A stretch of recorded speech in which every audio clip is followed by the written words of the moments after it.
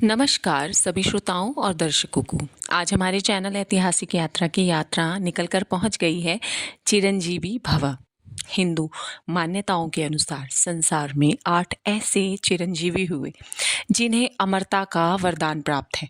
तो चलिए मिलते हैं इन 8 चिरंजीवियों से। नंबर 8, परशुराम श्री हरि विष्णु के छठे अवतार कहे जाते हैं। इन्हें अमरत्व का वरदान प्राप्त है। इनका जन्म वैशाख शुक्ल तृतीया को हुआ था, जिसे आज अक्षय तृतीया के रूप में भी मनाया जाता है। शिव जी ने इनकी तपस्या से प्रसन्न होकर इन्हें एक फरसा दिया, जिसे ये हमेशा अपने पास हर जगह रखते थे। नंबर 7, विभीषण रावण के छोटे भाई और राम भक्त थे, लेकिन बहुत कम लोग ये जानते हैं कि विभीषण को भी अमरता का वरदान प्राप्त है। सत्य का साथ देने वाले विभीषण की मदद से ही भगवान राम ने रावण का संहार किया था, देवी सीता को उनके चंगुल से आजाद करवाया था। राम ने विभीषण को लंका नरेश बनाने के साथ ही अजर अमर होने का वरदान भी दिया था।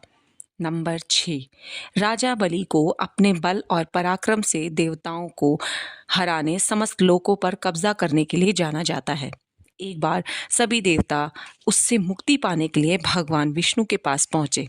तब विष्णु जी ने वामन अवतार धारण कर राजा बलि से भिक्षा में 3 पग धरती मांग ली। 2 पग में भगवान ने धरती और आकाश नाप दिए। तीसरा पग उन्होंने राजा बलि के सर पर रखा और उन्हें पाताल का राजा बना दिया। पाताल भेज दिया। कहते हैं आज भी पाताल पर राजा बलि का आधिपत्य है और वो अमर हैं। नंबर 5, ऋषि मार्कंडे भगवान शिव के परम भक्त थे। इन्होंने शिव जी को तप कर प्रसन्न किया और महामृत्युंजय मंत्र सिद्धि के कारण चिरंजीवी बन गए। मार्कंडेय ऋषि को भगवान शिव से चिरंजीवी होने का वरदान भी प्राप्त हुआ था। नंबर 4, महर्षि वेद व्यास ने श्रीमद् भागवत महापुराण समेत कई धार्मिक ग्रंथों की रचना की थी। उन्हें भगवान श्री हरि का अंश कहा जाता है। महर्षि वेद का नाम कृष्ण द्वैपायन था। वह पराशर ऋषि और सत्यवती के पुत्र थे। ऐसा कहते हैं कि वेद व्यास काली काल तक जिंदा रहेंगे, तब वे कल्कि अवतार के साथ भी रहेंगे। नंबर 3, अश्वत्थामा गुरु द्रोणाचार्य के पुत्र और महाभारत युद्ध में कौरवों के सेनापति थे।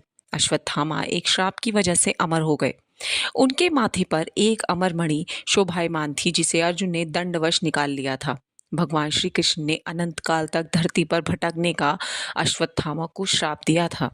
नंबर 2, कृपाचार्य कौरवों और पांडवों दोनों के गुरु थे। वह अश्वत्थामा के मामा भी थे, क्योंकि उनकी बहन कृपि का विवाह द्रोणाचार्य से हुआ था। कृपाचार्य उन 3 तपस्वियों में से एक थे जिन्हें भगवान श्री कृष्ण के विराट रूप के दर्शन हुए थे। उन्हें सप्त ऋषियों में से एक माना जाता है।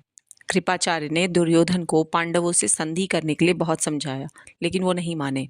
कृपाचार्य के ऐसे ही सुकर्मों के कारण उन्हें अमरत्व का वरदान भी प्राप्त हुआ। नंबर 1, भगवान के परम भक्त हनुमान जी भगवान शिव के अवतार माने जाते हैं। बजरंग बली को भी अमरत्व का वरदान प्राप्त है। कहते हैं जब प्रभु श्री राम अयोध्या छोड़ बैकुंठ पधारने लगे, तब हनुमान जी ने पृथ्वी पर ही रुकने का अपनी इच्छा व्यक्त की। तब श्री राम ने उन्हें पृथ्वी पर सदा अमर रहने का वरदान दिया और यहीं बसने का सर्वस्व दिया। धन्यवाद। यदि आपको मेरा ये चैनल अच्छा लगे तो कृपया मेरे चैनल को लाइक, शेयर और कमेंट करें। मेरे चैनल को सब्सक्राइब ज़रूर करें।